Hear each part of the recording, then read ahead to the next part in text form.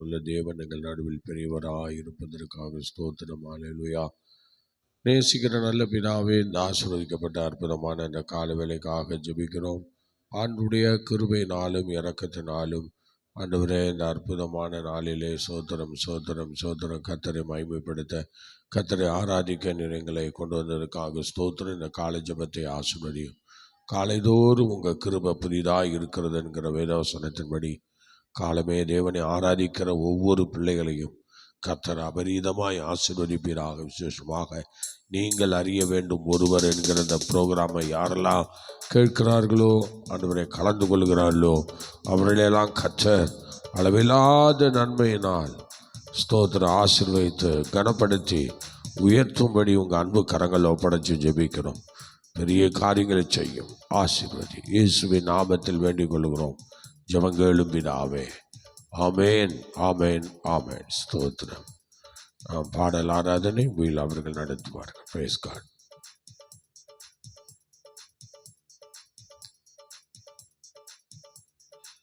ஹல்லேலூயா. ஸ்தோத்திரம் ஸ்தோத்திரம் ஸ்தோத்திரம் ஸ்தோத்திரம் ஸ்தோத்திரம். கர்த்தருடைய பரிசுத்த நாமத்துக்கு மகிமை உண்டாவதாக. நாம் ஒரு பாடலை பாடி தேவனுடைய நாமத்தை மகிமைப்படுத்தி நாமத்தை ஸ்தோத்தரிப்போம். இந்த காலை வேளை கர்த்தர் நமக்கு தந்ததற்காக அவருக்கு நன்றியுள்ள இருதயத்தோடு அவரை பாடி அவருடைய நாமத்தை நாம் கீர்த்தனம் பண்ணுவோம். ஆராதிக்க கூடினோம், ஆர்ப்பரித்து பாடிடுவோம். ஆராதிக்க கூடினோம், ஆர்ப்பரித்து பாடிடுவோம். வல்ல இயேசு நம் தேவன், என்றென்றும் அவர் நம் தேவன். வல்ல இயேசு நம் தேவன், என்றென்றும் அவர் நம் தேவன். ஆராதிக்க கூடினோம், ஆர்ப்பரித்து பாடிடுவோம். ஆராதிக்க கூடினோம், ஆர்ப்பரித்து பாடிடுவோம். வல்ல இயேசு நம் தேவன், என்றென்றும் அவர் நம் தேவன். வல்ல இயேசு நம் தேவன், என்றென்றும் அவர் நம் தேவன்.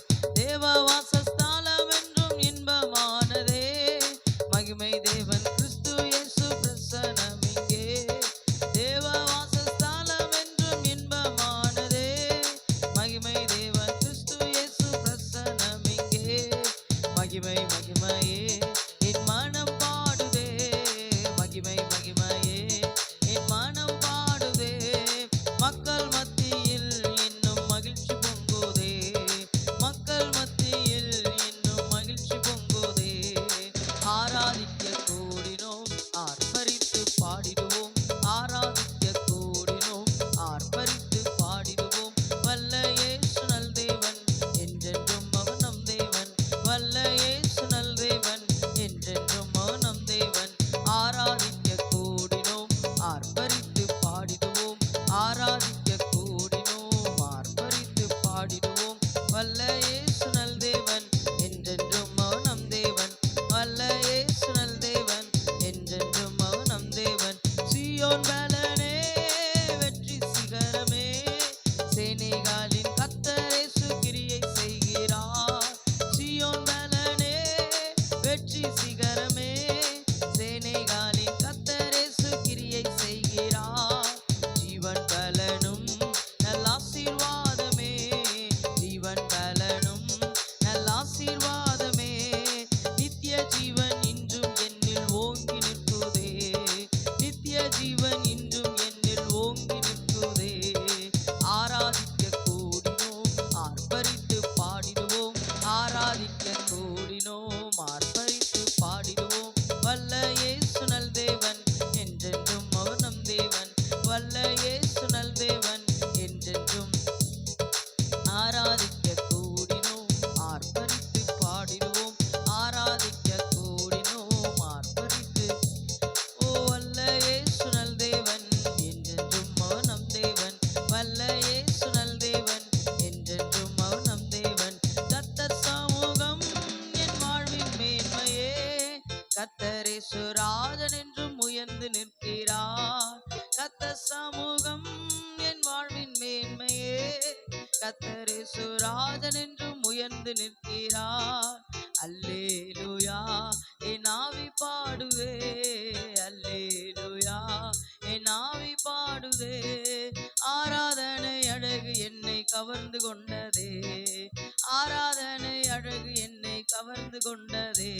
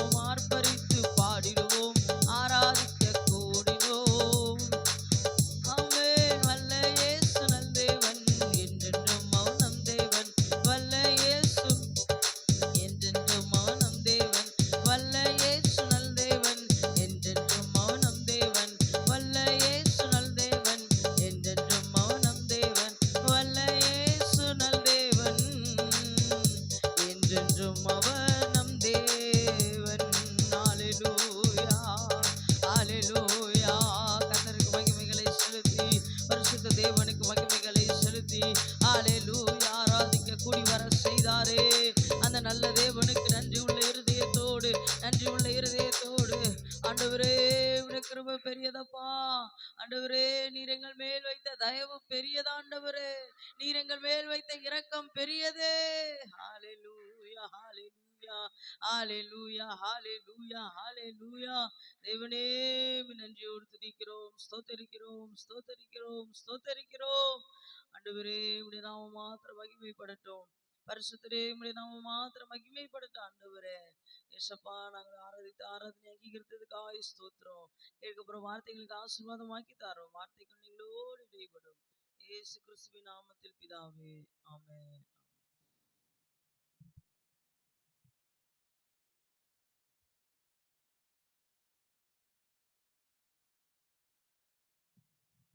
Praise the Lord. Hallelujah. Hallelujah. ஆண்டவருடைய நாமம் மகிமைப்படுவதாக. இந்த கால வேளையிலே தேவ சமூகத்திலே வந்திருக்கிற உங்கள் யாவரையும் வாழ்த்தி அன்போடு வரவேற்கிறேன். கர்த்தர் தாமே உங்களை ஆசீர்வதிப்பாராக. கர்த்தர் பெரியவர். ஆண்டவருடைய பிரசன்ஸ் இந்த அருமையான கால வேளையிலே நாம் மத்தியிலே இருக்கிறது. நாம் இந்த நாளிலே காலை தியானத்திற்காக ஸ்தோத்திரம் ஒரு வேத பகுதி எடுத்து நாம் வாசிக்கலாம். யோவான் சுவிசேஷம் 6ஆம் அதிகாரம் 1 சில வசனங்களை நாம் வாசிக்க கேட்கலாம். ஹல்லேலூயா. யோவான் சுவிசேஷம் 6ஆம் அதிகாரம். இவைகளுக்கு பின்பு இயேசு திபேரியா கடல் எனப்பட்ட கலிலேயா கடலின் அக்கறைக்கு போனார். அவர் வியாதிக்காரரிடத்தில் செய்த அற்புதங்களை திரளான ஜனங்கள் கண்டபடியால் அவருக்கு பின் சென்றார்கள். இயேசு மலையின் மேல் ஏறி அங்கே தம்முடைய சீஷருடனே கூட உட்கார்ந்தார். அப்பொழுது யூதருடைய பண்டிகையாகிய பஸ்கா சமீபமாயிருந்தது. இயேசு தம்முடைய கண்களை ஏறெடுத்து திரளான ஜனங்கள் தம்மிடத்தில் வருகிறதை கண்டு பிலிப்புவை நோக்கி, இவர்கள் சாப்பிடத்தக்கதாக அப்பங்களை எங்கே கொள்ளலாம் என்று கேட்டார். நாம் செய்ய போகிறதை அறிந்திருந்தும் அவனை சோதிக்கும்படி இப்படி கேட்டார். பிலிப்பு அவருக்கு பிரதியுத்தரமாக, இவர்களில் ஒவ்வொருவன் கொஞ்சம் கொஞ்சம் எடுத்துக்கொண்டாலும் 200 பணத்து அப்பங்களும் இவர்களுக்கு போதாதே என்றான். அப்பொழுது அவருடைய சீஷரில் ஒருவனும் சீமோன் பேதுருவின் சகோதரனுமாகிய அந்திரேயா அவரை நோக்கி, இங்கே ஒரு பையன் இருக்கிறான். அவன் கையில் 5 வார்கோதுமை அப்பங்களும் 2 மீன்களும் உண்டு. ஆனாலும் அவைகள் இத்தனை ஜனங்களுக்கு எம்மாத்திரம் என்றான். இயேசு, ஜனங்களை உட்கார வையுங்கள் என்றார். அந்த இடம் மிகுந்த புல்லுள்ளதாய் இருந்தது. பந்தி இருந்த புருஷர்கள் ஏறக்குறைய 5000 பேராய் இருந்தார்கள். இயேசு அந்த அப்பங்களை எடுத்து ஸ்தோத்திரம் பண்ணி சீஷர்களிடத்தில் கொடுத்தார். சீஷர்கள் பந்தி இருந்தவர்களுக்கு கொடுத்தார்கள். அப்படியே மீன்களையும் அவர் எடுத்து அவர்களுக்கு வேண்டிய மட்டும் கொடுத்தார். அவர்கள் திருப்தி அடைந்த பின்பு அவர் தம்முடைய சீஷர்களை நோக்கி, ஒன்றும் சேதமாய் போகாதபடிக்கு மீதியான துணிக்கைகளை சேர்த்து வையுங்கள் என்றார். அந்தபடியே அவர்கள் சேர்த்து வார்கோதுமை அப்பங்களை 5 அவர்கள் சாப்பிட்டு மீதியான துணிக்கைகளினாலே 12 கூடைகளை நிரப்பினார்கள். இயேசு செய்த அற்புதத்தை அந்த மனுஷர் கண்டு, மெய்யாகவே இவர் உலகத்தில் வருகிறவரான தீர்க்கதரிசி என்றார்கள்.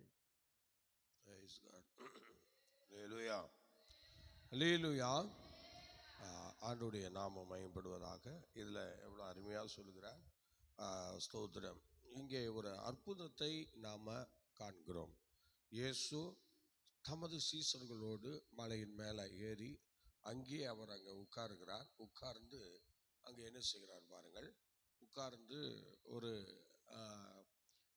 ஆலோசனை பண்ணுறார். மக்கள்லாம் கூடி வந்திருக்கிறாங்க.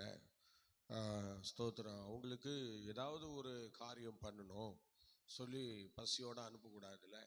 அதனால் பிலிப்புவை பார்த்து கூப்பிடுறார். மற்ற வேத பகுதியில் பேர் அதிகமாக சொல்லப்பட்டிருக்காது. ஆனால் யோவான் சுவிசேஷத்தில் பெயர் சொல்லப்பட்டிருக்கிறார். நல்லா கவனிக்கணும். ஸ்தோத்திரம். பிலிப்புவை பார்த்து கேட்குறார். பிலிப்பு அப்படியா அப்படின்னு சொல்லிட்டு அவர் என்ன பண்ணுறாரு, அங்கே போனால் அவ்வளோ ஆகுமே, இங்கே போனால் இவ்வளோ ஆகுமே அப்படின்னு சொல்லி பாருங்க. அந்த அவர் ஒரு 200 பணம் ஆகணும், அங்கே போய் வாங்கலாம், அவ்வளோ ஆகாரம் யார் தருவா, யார் செஞ்சிருப்பா, அப்படி இப்படின்னு ஏதோ ஒரு வாய்க்கு வந்ததெல்லாம் அவர் பேசுகிறார். இயேசு கேட்டதுனால. ஆனால் இயேசுக்கு தெரியும் நாம் அற்புதம் செய்ய போகிறோம், இந்த இடத்துல ஒரு மகிமை வெளிப்பட போகுது, இந்த இடத்துல ஒரு தேவ பிரசன்னம் இறங்க போகுது, நான் தான் இந்த இடத்துல அற்புதம் செய்ய போறேன்னு அவருக்கு நல்லா தெரியும். தெரிந்து அவர் என்ன செய்யறாரு பாருங்க, அவரு பிலிப்போவை நோக்கி வைக்கிறார். சோதரன், ஆண்டவரால் முடியாதது ஒன்றும் இல்லை. நல்லா கவனிக்கணும். அநேக திருச்சபைகளுக்கு கர்த்தர் இந்த கால வேளையில சொல்லுகிறது, அநேக ஊழியர்களுக்கும் விசுவாச மக்களுக்கும் சொல்லுகிறது, ஆண்டவரால் எதுவும் முடியாததெல்லாம் கிடையாது. ஆனால் அவருக்கு நல்லா தெரியும் அவர் தான் பண்ண போறேன்னு. ஆனால் அவர் அங்கே என்ன சொல்றாருன்னா, அவனை சோதிக்கும்படி அவன்கிட்ட கேட்குறாரு, ஏன்பா இவ்வளோ பேருக்கு ஆகாரம் கொடுக்கணும், என்ன செய்யலாம் அப்படின்னு சொல்லி ஒரு ஆலோசனை கேட்குற மாதிரி கேட்குறாரு. அவருக்கு வல்லமை இல்லாமல் இல்லை, அவருக்கு கிருபை இல்லாமல் இல்லை, அவருக்கு எந்த காரியமும் இல்லாமல் இல்லை, அவருக்கு எல்லாம் இருக்கு, அவர் என்ன வேணாலும் செய்யலாம்.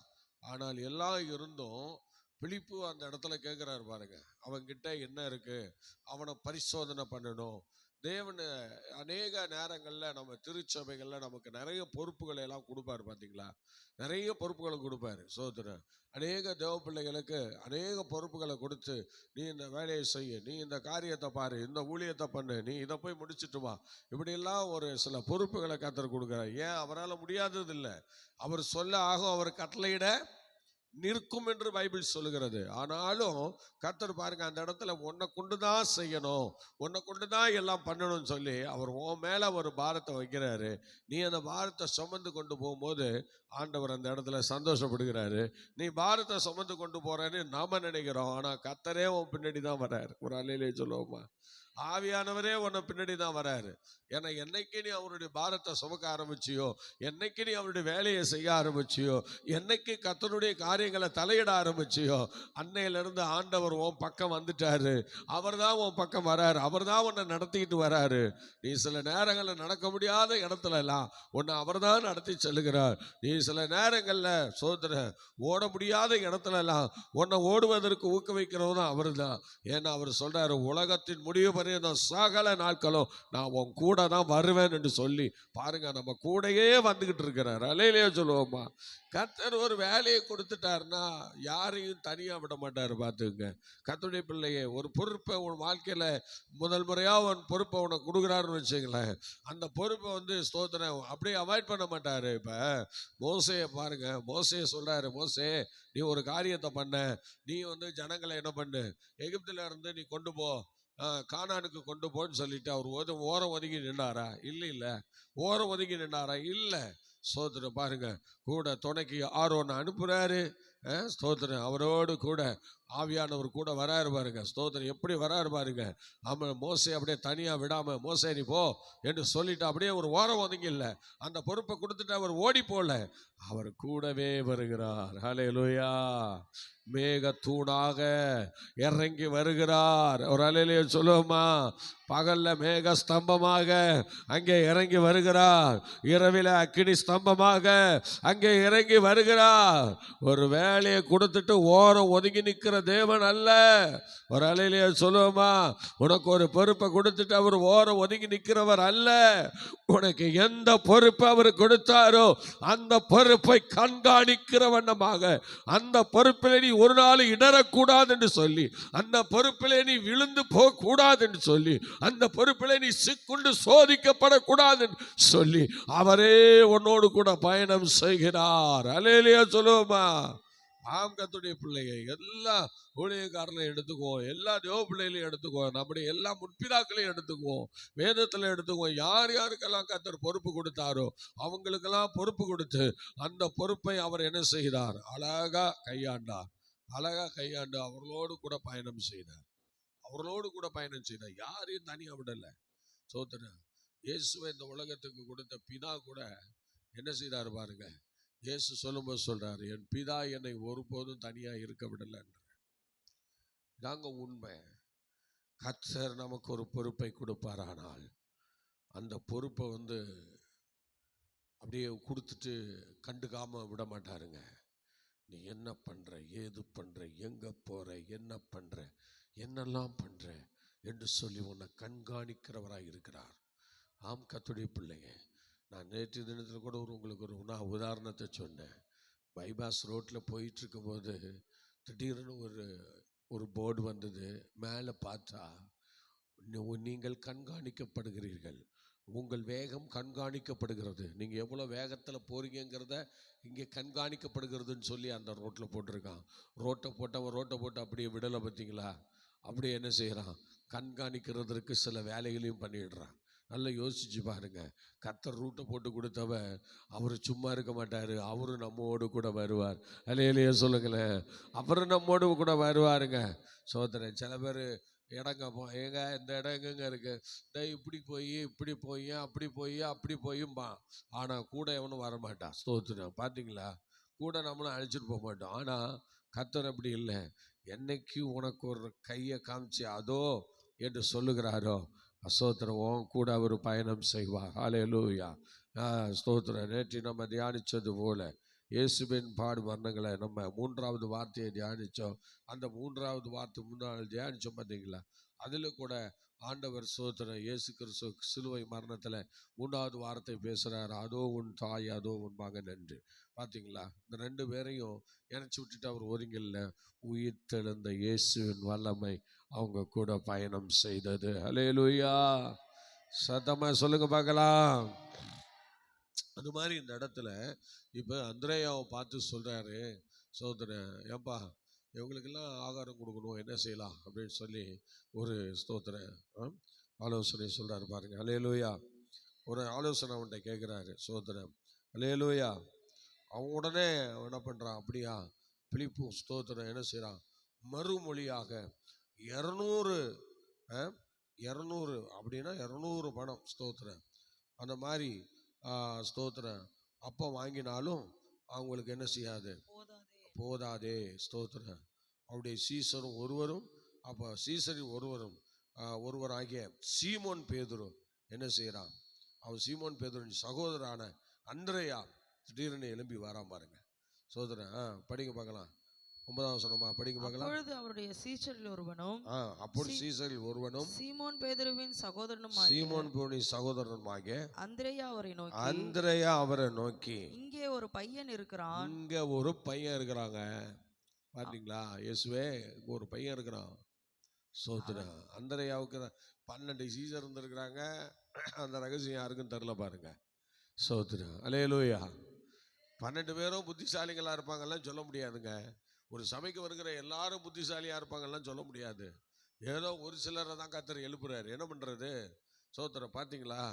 சபையில் நிறைய ஊழியம் நடக்குது. சோத்திரம். நிறைய ஊழியம் நடக்குது. பெரிய ஸ்தோத்திரம் வாலிபர் ஊழியம் சொல்கிறாங்க, சிறுவர் ஊழியம் சொல்கிறாங்க, அப்புறம் ஸ்தோத்திரம் வீட்டு சந்திப்பு ஊழியம் சொல்கிறாங்க, அப்புறம் ஸ்தோத்திரம் நான் பிரிட்ஜ் ஊழியம் சொல்கிறாங்க, அப்புறம் சுவிசேஷ ஊழியம் சொல்கிறாங்க, பல ஊழியங்களை சொல்கிறாங்க. ஆனால் இப்போ என்ன ஊழியத்தினால நமக்கு அந்த பலன் வருது அப்படின்னு பார்த்தீங்கன்னா, இங்கே சோதரன் இயேசு சொல்லும் பொழுது இந்த வார்த்தையை ஃபஸ்ட்டு பிலிப்பு கேட்டு 200 பணத்துக்கு வாங்கினாலும் பிடிக்காது, எங்கே போய் நம்ம வாங்குறது அப்படின்னு சொல்லி ஒரு வார்த்தையை சொல்லிட்டு உடனே பேதுருவின் சகோதரனாகி அந்திரேயா சொல்கிறான், ஆண்டவரே நம்ம இடத்துல ஒரு சிறுவன் ஒருத்தன் இருக்கிறான் அப்படின்னு சொல்கிறான். பார்த்தீங்களா? கர்த்தருடைய பிள்ளைங்க, ஒரு சபை ஆசீர்வதிக்கப்படணும்னா, ஒரு சபை நல்லா மேன்மை அடையணும்னா முதலாவது அந்த சபைக்கு தேவையானது சிறுவர் ஊழியம். சிறுவர் ஊழியத்தை செய்யாத ஒரு சபை இருக்குன்னா அது ஒரு சபையே கிடையாது. பார்த்தீங்களா? சிறுவர் ஊழியத்தை செய்யாத ஒரு சபையே கிடையாது. இயேசு கிறிஸ்து முதலாவது குழந்தைகள்கிட்ட தான் அவர் போகிறாரு. பார்த்தீங்களா? குழந்தைகள் எல்லாம் பார்க்குறாரு, குழந்தைகள் எல்லாம் தூக்கி கொஞ்சிறாரு. அப்படி பல விஷயங்களை பார்க்குறோம். அப்போ இங்கே ஸ்தோத்திரம் பிள்ளைகள் ஸ்தோத்திரம் பிள்ளைகர் பாலகர் வாயினால் துதி உண்டு பண்ணினார் என்றெல்லாம் வேதம் சொல்லுகிறது. அதனால பிள்ளைகளை போல நீங்க மாறாவிட்டால் என்றெல்லாம் சொல்றாரு. இங்க பாருங்க, அருமையா சொல்றாரு, ஒரு சிறுவன் ஒருவன் இருக்கிறான் என்று சொல்லுகிறார். அல்லேலூயா.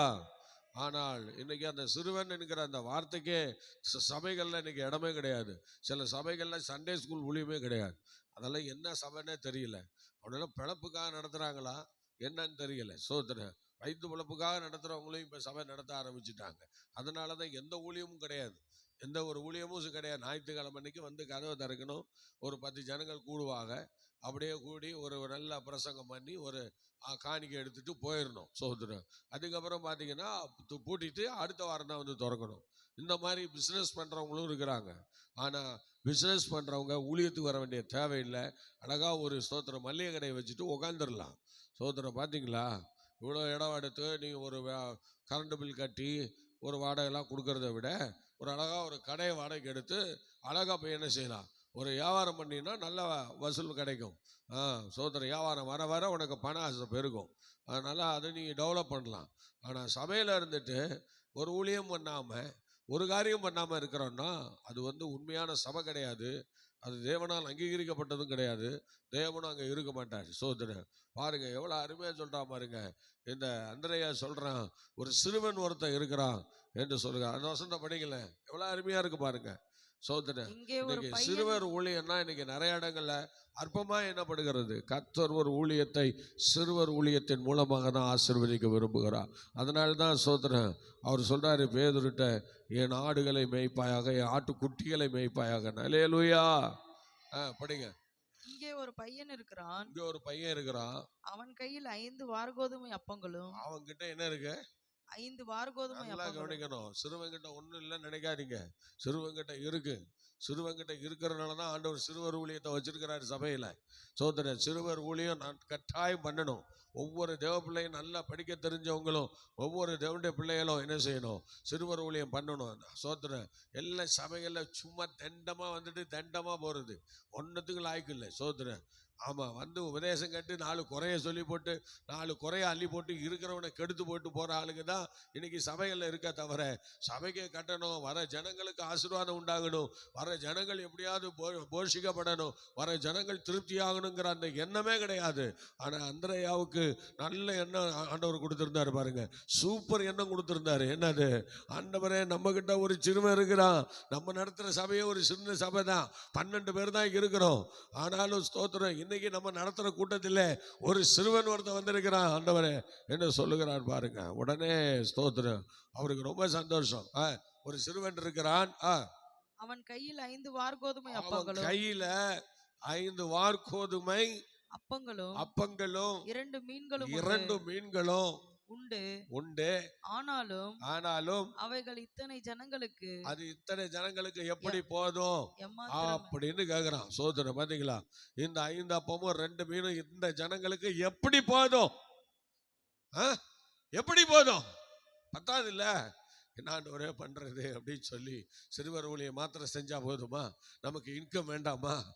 சொல்லுங்க. சிறுவர் ஊழியம் மாத்திரம் செஞ்சா போதுமா? நமக்கு ஒன்றும் வருமானம் வேண்டாமா? ஏதோ ஊழியத்தை பண்ணா ஒரு வருமானம் வந்தா தானே நல்லா இருக்கும் அப்படின்னு சொல்றோம். ஆனா அருமையான தெய்வ பிள்ளையே, சிறுவர் ஊழியம்தான் ஊழியத்தையே தலை கீழாக மாத்துக்கிற ஊழியம். ஒரு சிறுவனுக்கு நீ ஊழியம் செஞ்சுப்பா, அந்த சிறுவன் ஒன்னு கடைசி வரைக்கும் மறக்கவே மாட்டான். அவன் எங்கே போனாலும் ஒன்னதான் சொல்லுவான், ஒன்னதான் அவன் வணங்குவான். தெய்வத்துக்கு அடுத்தது ஒன்னதான் வைப்பான். எனக்கு அவர் அன்னைக்கு சொல்லலனா, எனக்கு அந்த டீச்சர் சொல்லலனா நான் இன்னைக்கு இப்படி இருக்க மாட்டேன்னு சொல்லுவான். உன்னையும் விட மாட்டான், உன்னையும் கவனிப்பான். சோத்திர சபைகளுக்குள்ள சிறுவர் ஊழியம் ஒரு வித்தியாசமான ஊழியத்தை கொண்டு வருகிறது. என்னைக்கும் சொல்லுகிறேன், சிறுவர் ஊழியம் செஞ்சு அந்த ஊழியத்தின் மூலமா தானே நானே ஊழியத்துக்கு வந்தேன். நல்லா யோசிச்சு பாருங்களேன். ஆமாம், அந்த சிறுவர் ஊழியத்தில் தான் நான் ஃபஸ்ட்டே அட்டன் பண்ணேன். எங்கள் ஊழியமே அப்படி தான் போச்சு.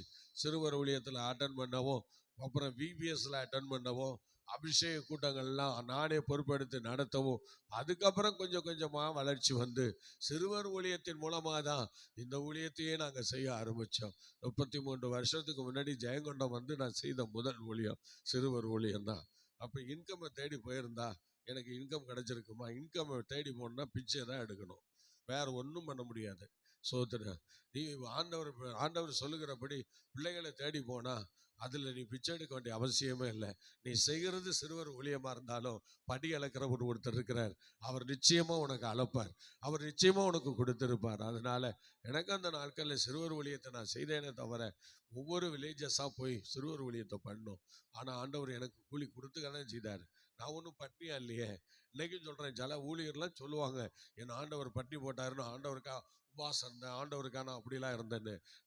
நான் சொல்கிறேன், இந்த ஊழியத்துக்கு 33 வருஷம் ஆகுது, ஒரு நாள் கூட என்னை பட்டினியாக போட்டதில்லை. கர்த்தர் ஒரு நாள் கூட என்னை பட்டினியாக போட்டதில்லை. சோதரன் அற்புதம் செய்கிறவரை கையில் வச்சுக்கிட்டு நம்ம பட்டினியாக கிடக்கிறோன்னு சொன்னால் வெக்கமா இல்லை? யோசிச்சு பாருங்க. 5000 மக்களுக்கு போஷித்த ஆண்டவரை ஒன்றை போஷிக்கலைன்னா என்னையா அர்த்தம்? என்ன அர்த்தம்? 3 நாளா தம் பக்கத்தில் இருக்கிற 5000 பேருக்கு போஷித்த ஆண்டவர் ஒன்றை மாத்திரம் பட்டினியா போடுவாரா? ராங் உபதேசம். சில ஊழியர்கள் சொல்லுகிற இந்த மாதிரி காரியங்கள்லாம் நினைக்கும் போது ஒரு கஷ்டமா இருக்கும். ஸ்தோத்திரம், அல்லேலூயா. எப்படியாவது கர்த்தர் நம்ம நினைச்சு ஆசீர்வதிப்பாருங்க. ஸ்தோத்திரம். எப்போதுமே ஆண்டவர் பேரை கெட்ட பேராகணும்னே ஒரு சில பேருக்கு அது ஒரு ஆசை. ஸ்தோத்திரம். என்னமோ யாரோ அள்ளி கொடுக்குற மாதிரி, இவன் வட்டியா கிடந்தா யாரோ அள்ளி கொடுக்குற மாதிரி பேசுறது. ஸ்தோத்திரம். நீ ஒழுங்கா ஊழியம் செய்தா கர்த்தர் கடனை உன்னுடைய ஸ்தோத்திரம் கடனை அடைச்சிருப்பாரு, உன்னுடைய பசி ஆத்திருப்பாரு. அப்போ நீ ஊழியத்தில் ஒன்றும் சரியா பண்ணல, அதனால தான் உனக்கு ஊழியம் இல்லை. ஸ்தோத்திரம். என்ன பண்ணுறது? ஸ்தோத்திரம். எத்தனையோ வில்லேஜ் ஊழியங்களில் போயிருக்கிறோம். போனால் ஸ்தோத்திரம், ஒரு முறை நாங்கள் ஸ்தோத்திரம் அரியலூர் டிஸ்ட்ரிக்டை நடந்து வரேன்னு சொல்லிட்டு நான் நடந்து பல இடங்களில் நடந்து வந்தேன். அப்போ ஸ்தோத்திரம் கருவேப்பிலங்குச்சியிலேருந்து ஒரு நாள் ஜெயங்கொண்டம் வரணும். நடந்து வந்தேன். நடந்து வரும்போது கையில் காசு கம்மியாக இருந்தது. 3 பேர் வந்தோம். சாப்பிட்றதுக்கு வழி இல்லை. அதனால் ஸ்தோத்திரம் சாப்பிட்றதுக்கு என்ன செய்யலாம் அப்படின்னு சொல்லிட்டு யோசித்தோம். ஆனால் ஒரு கடையும் ஆண்டிமடம்லாம் தாண்டி வந்துட்டோம். ஸ்தோத்திரம். என்ன செய்யறதுன்னு தெரியல. ஸ்தோத்திரம். திடீர்னு நடந்து போயிட்டே இருந்தோம். அப்படியே இயேசு ரத்தம் ஜெயம் சொல்லி நடந்து ஜெபம் பண்ணிட்டு போயிட்டே இருந்தோம். பாத யாத்திரையை கடந்துக்கிட்டே இருந்தோம். ஸ்தோத்திரம். அப்படி கடந்துக்கிட்டே இருக்கும்போது திடீர்னு ஒரு ஃபேமிலியில் எங்களை கூப்பிட்டாங்க. ஏங்க 3 பேர் எங்கேருந்து நடந்து போகிறீங்க அப்படின்னு கேட்குறாங்க. பஸ்ஸு காசு இல்லையான்னா கேட்டாங்க. இல்லைங்க, இல்லை பஸ்ஸுக்கெல்லாம் காசு இருக்குது. நாங்கள் இவ்விதமாக ஆண்டவருக்காக இந்த ஏரியா மக்கள் ஆசீர்வதிக்கப்பட மழை பெய்ய மழையே இல்லாமல் இருக்குல்ல, அதனால் மழையெல்லாம் பெய்யணுங்கிறதுக்காக நாங்கள் இப்படி நடந்து போகிறோம் அப்படின்னு சொன்னதும், அப்படியா கருவேப்பிலங்குறிச்சியிலே நடந்து வரீங்களா? ஆமாங்க, ராஜேந்திரபட்டினத்துலேருந்து நடந்து வரோம் அப்படின்னு சொன்னதும், அங்கேருந்து நடந்து வரீங்க, வாங்க உள்ளே வாங்க அப்படின்னு சொல்லி எங்களை கூப்பிட்டுட்டு போய் வடை பாயசத்தோடு சாப்பாடு போட்டாங்க. எங்களை ஆண்டவர் பட்னியா விடலை. பார்த்தீங்களா? ஆமாங்க, பட்னியா விடலை. அப்போ சாப்பிட காசு இல்லை. ஜோம் பண்ணோம். என்னவரே இவ்வளோ தூரம் கிடக்கணும், இன்னும் எங்களுக்கு குறைந்தபட்சம் 10 கிலோமீட்டர், அது 12 கிலோமீட்டர் நாங்கள் போய் ஆகணும். பசிக்க ஆரம்பிச்சிருச்சு. அதனால் ஆண்டவரே நம்ம வேலையை அறிஞ்சார் பாருங்க. கரெக்டாக 1:30 மணிக்கு கூப்பிட்டு சாப்பாடு கொடுத்துட்டார். வேலையால் கூலிக்கு சொல்ல மாட்டீங்களா? பாத்திரவான். ஒரு அலையிலே சொல்லுங்க. ஆமாம். என்ன அந்த மாதிரி காரியங்களை சோத்திர ஆண்டவர் என்னை பற்றி போட்டார், நான் அதை பண்ணிட்டாரு இதை பண்ணிட்டாரு அப்படிலாம் சொல்லி தேவனுடைய நாமத்தை வீணில் வழங்காதீங்க. நீங்கள் சரியாக ஊழியம் பண்ணால் ஆண்டவர் உங்களுக்கு கண்டிப்பாக சரியாக சாப்பாடு போட்டுருவார். ஒரு அலையிலே சொல்லுவோமா? சோத்திரம். ஊழியமே பண்ணல, சூரிய செடி கீழே போய் படுத்துக்கிட்டு கிடக்கிறான் எலியா. எலியாவை தேடி காகத்தை கொண்டு போசிக்கிறாரு பாருங்க. காகம் இல்லை, அது ஒரு பறவை.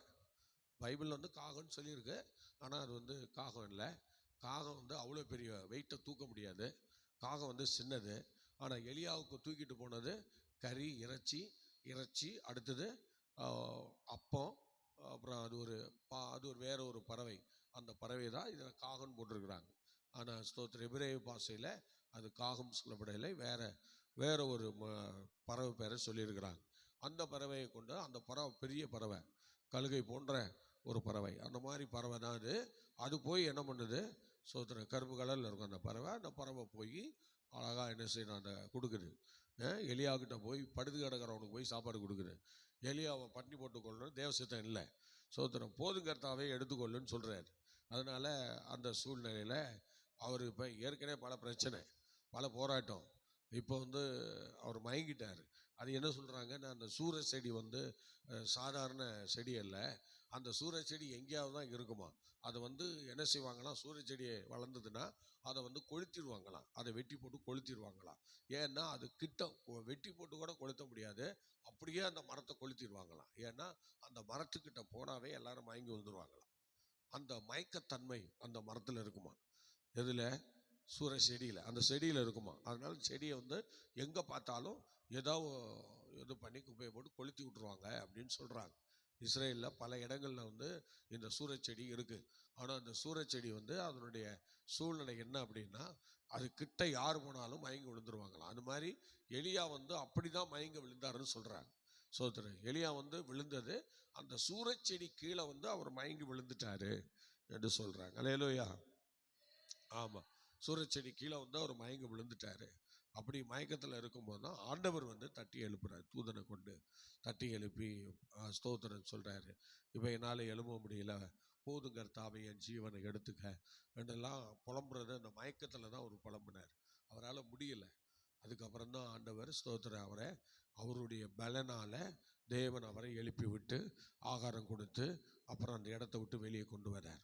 சூரச்செடி என்று சொல்லுகிறது எல்லாருடைய வாழ்க்கையிலையும் ஒரு மயக்கத்தை ஏற்படுத்தக்கூடிய ஒரு பயணம். அந்த பயணத்தில் ஒரு நாள் நம்ம அந்த சூழ்நிலையில கூட ஆண்டவர் நம்ம கைவிட மாட்டார். பார்த்தீங்களா, எலியாவை கைவிடவே இல்லை.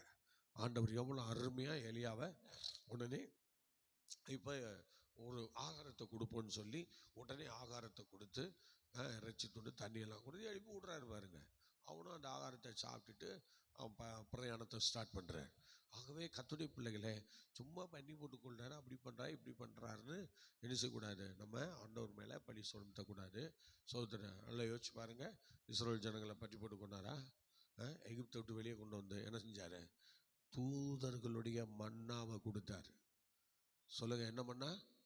தூதர்கள் சாப்பிட்ற சாப்பாட்டை கொடுத்தாரு. அவ்வளோ ஜனங்கள் ஆயிடுச்சு, இன்னும் இவங்களெல்லாம் கொடுக்க முடியாது அப்படி சொல்லி கைவிட்டாரா? இல்லை, தூதர்களுடைய மன்னாவை கொடுத்தார். சோத்திர இப்போ 3 நாளாக இவங்க பாஸ்டிங்கோட வசனம் கேட்டுக்கிட்டு இருக்கிறாங்க. ஆண்டவருடைய வார்த்தையை கேட்குறாங்க 3 நாளாக.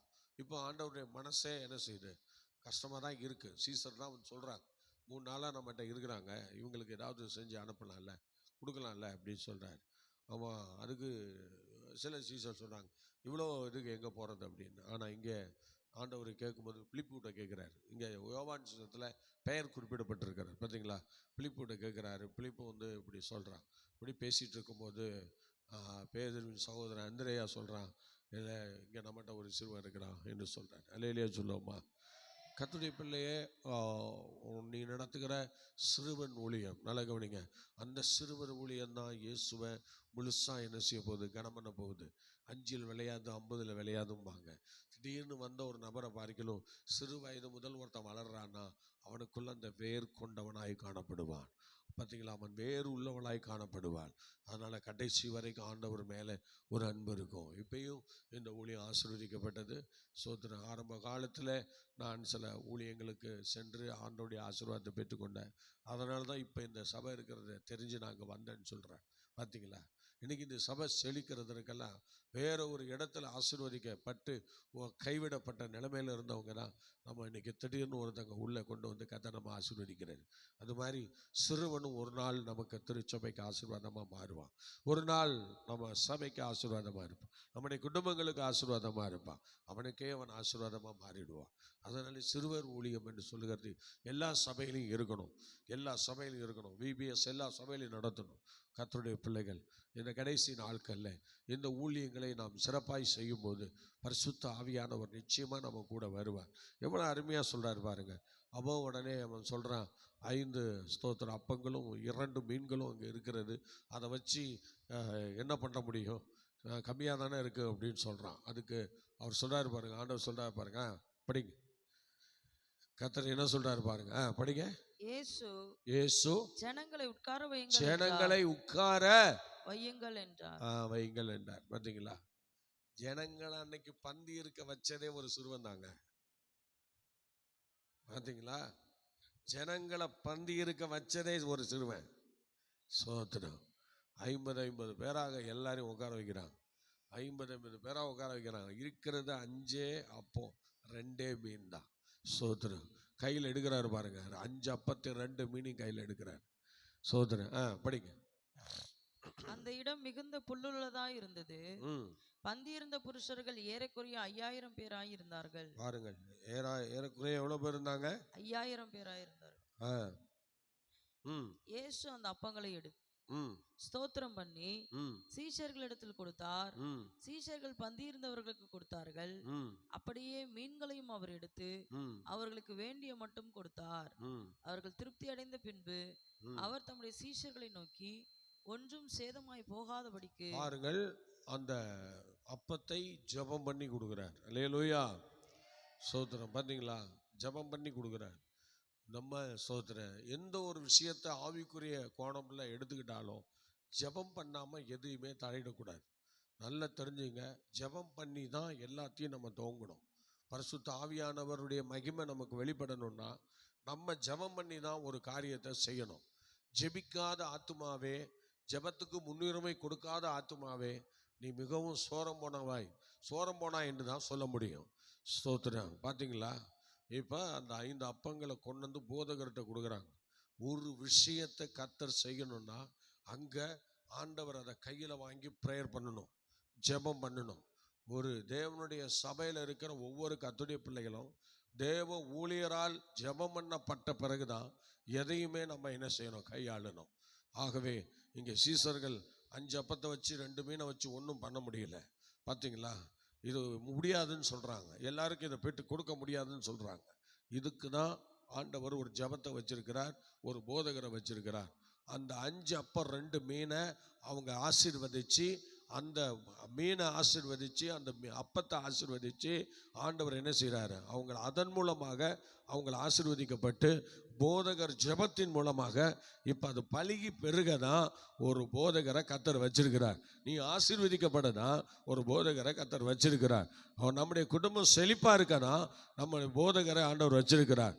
இல்லைன்னு சொன்னால் இந்த இடத்துல சீசர்களே கொண்டு வந்து ஒரு ஜெபம் பண்ணி இருக்க வேண்டியதானே. ஏன் அன்னைக்கு சீசர்கள் ஜெபம் பண்ணலை? ஆண்டவர் கையில் கொண்டாந்து கொடுத்து ஜெபம் பண்ண சொல்கிறாங்க. ஒவ்வொரு விசுவாசிகளும் போதகருடைய ஜெபங்கள் இல்லாமல் எந்த விஷயத்தில் நீங்கள் தலையிட்டாலும் தேவனே அங்கே வரமாட்டார், தேவனே அங்கே தங்க மாட்டார். நம்ம மாம்சத்தில் தான் இருக்கணும், நம்ம மாம்சத்தில் தான் செயல்படணும். இதுதான் உண்மை, இதுதான் சத்தியம். ஆண்டவருடைய சமூகம் உங்கள் கூட வரணும்னா ஆண்டவர் ஸ்தோத்திரம் சீசர்களிடத்துல எப்படி அந்த காரியங்களை அவன் சிறுவன் கொண்டாந்து கொடுத்து அதை கொண்டாந்து போதகர் இடத்துல கொடுத்து போதகர் ஜெபம் பண்ணி 50 பேரா பந்தி இருக்க பண்ணி எல்லாருக்கும் அதை எடுத்து கொடுங்கன்னு சொல்றாரு. போதகர் ஜெபம் பண்ணின பிறகு அங்க எடுக்க எடுக்க எடுக்க பாருங்க 5000 பேர் சாப்பிட்டாங்க. இதுதாங்க ஜெபத்துல உள்ள மகிமை. ஒரு போதகர் ஜெபிக்கிற ஜெபத்துல உள்ள மகிமை. இந்த மகிமை தான் நம்முடைய குடும்பம் ஆசீர்வதிக்கப்படணும்னா, நம்முடைய குடும்பம் வளரணும்னா, நம்முடைய செழிப்பு நமக்குள்ள வரணும்னா, நம்முடைய எல்லைகள் ஆசீர்வாதமா இருக்குன்னா, வியாதி இல்லாம இருக்கணும்னா, போராட்டம் இல்லாம இருக்கணும்னா, கர்த்தர் நமக்கு வைத்திருக்கிற போதகர் கையில கொண்டு வந்து எல்லா நன்மைகளையும் கொடுத்து ஜெபித்து அனுபவிக்கும் போது அதுல 12 கூடை நிறைய எடுக்க முடியும். கர்த்தருடைய பிள்ளையே, மீதம் எடுக்க வைப்பா, பிறருக்கு கொடுக்க வைப்பார். கரங்களை தட்டி கர்த்தரை மகிமைப்படுத்துவோம். போதகருடைய ஜெபத்தை நேசிக்கிற கர்த்தருடைய பிள்ளையே, உன்னை கோடா கோடியாக கர்த்தர் இந்த காலை வேளையிலே ஆசீர்வதித்து வளர்ந்து பெருகி கர்த்தருடைய சமூகத்திலே வளருவார்களாக என்று நான் வாழ்த்துகிறேன். கர்த்தருடைய பிள்ளையே, ஊழியர்களை கர்த்தர் நமக்காக தான் ஏற்படுத்தி கொடுத்திருக்கிறார், நம்முடைய நல் ஆசீர்வாதத்திற்கு தான் ஏற்படுத்தி கொடுத்திருக்கிறார். ஜெபியுங்கள், பங்கிடுங்கள், ஆசீர்வாதத்தை சொந்தரித்துக் கொள்ளுங்கள். ஆண்டவர் ஜெபித்து பாருங்க 12 கூடை நிறைய மிச்சம் எடுக்கிற அளவுக்கு பண்ணிட்டாரு. பாருங்க 12 கூடை நிறைய மிச்சம் எடுக்கிற அளவுக்கு பண்ணிட்டார்.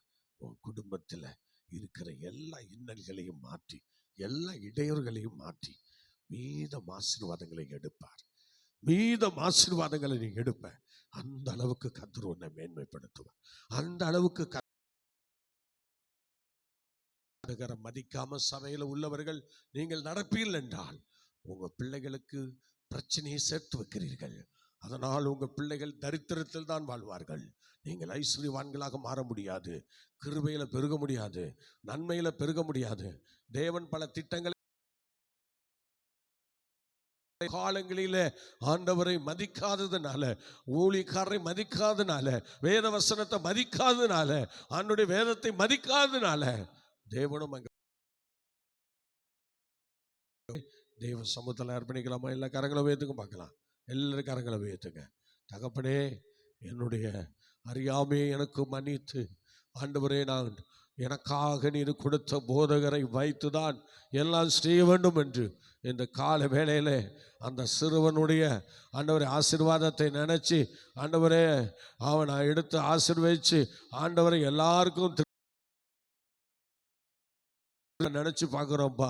ஹல்லேலூயா. சீசர்கள் இத்தனை பேர் இருந்தாலும் இயேசுவிடத்தில் கொண்டு வந்து கொடுத்து ஜெபித்து இன்னைக்கு 5000 பேர் போஷிக்கப்பட்டு 12 கூட நிறையா எடுத்தது போல ஒவ்வொரு குடும்பங்களிலும் அவ்விதமாக ஆசீர்வாதம் ஆண்டவரை மீதம் எடுக்க வைக்கிற ஆசீர்வாதம் ஆண்டவரே கூட இருக்கும்னு சொல்றீங்க. அதனால யாரெல்லாம் இன்றைக்கு ஆண்டவரை வீரமாக சபைக்கு மதித்து ஊழியக்காரனை மதித்து ஜெபித்து செயல்படுறாங்களோ அவங்களையெல்லாம் நீங்க ஆசீர்வதிங்கப்பா, அவங்களையெல்லாம் நீங்க வழி நடத்துங்க ஆண்டவரே. நீ கோடா கோடியா இணைந்து செயல்படுகிற அத்தனை செயல் வீரர்களையும் கர்த்தர் ஆசீர்வதித்து இந்த உலகத்திலே ஆண்டவரை பெருகச் செய்யும் ஆண்டவரை, விருத்தியடைய செய்யும் ஆண்டவரே. உங்க அன்பு கரங்களோ கடந்து வந்து உங்களை மையப்படுத்த உதவி செய்யும். எங்களுக்கும் நல்ல எண்ணங்களை வச்சிருக்கிறீங்க. எங்களுக்கு ஒரு பிறந்த நாளுனா கல்யாண நாளுனா எங்க போதகரை கூப்பிட்டு நாங்கள் ஜெபிக்கிற அளவுக்கு ஒரு போதகரை திட்டத்தை கொடுத்து எங்களை ஆசீர்வதிக்கிறவங்க முற்பிதாக்கள் இருக்கிறாங்கங்கிற தைரியத்தில் நாங்கள் இந்த வருஷம் முழுவதும் கடக்கிறோன்னா ஆண்டவரே, நீங்கள் எங்களுக்கு அனுப்பி தந்த போதகர்கள் சுதந்திரித்துக் கொள்கிறோம்ப்பா, இந்த ஆசீர்வாதத்தை சுதந்திரித்துக் கொள்கிறோம் ஆண்டவரே. அதனால் ஆண்டவர் உமக்கு நாங்கள் தேங்க்ஸ் பண்ணுறோம். ஒவ்வொரு சபையிலையும் ஏற்படுத்தி கொடுத்த போதகர்களுக்காக நன்றி. யாரெல்லாம் அந்த போதனை கனம் பண்ணுறாங்களோ அத்தனை விசுவாசிகளுடைய குடும்பத்தையும் இரத்த கோட்டைகள் மறைப்பீராக. ஆசீர்வதித்து கனப்படுத்து இயேசுவின் நாமத்தில் பிதாவே. Amen, amen, amen. Okay, God plus.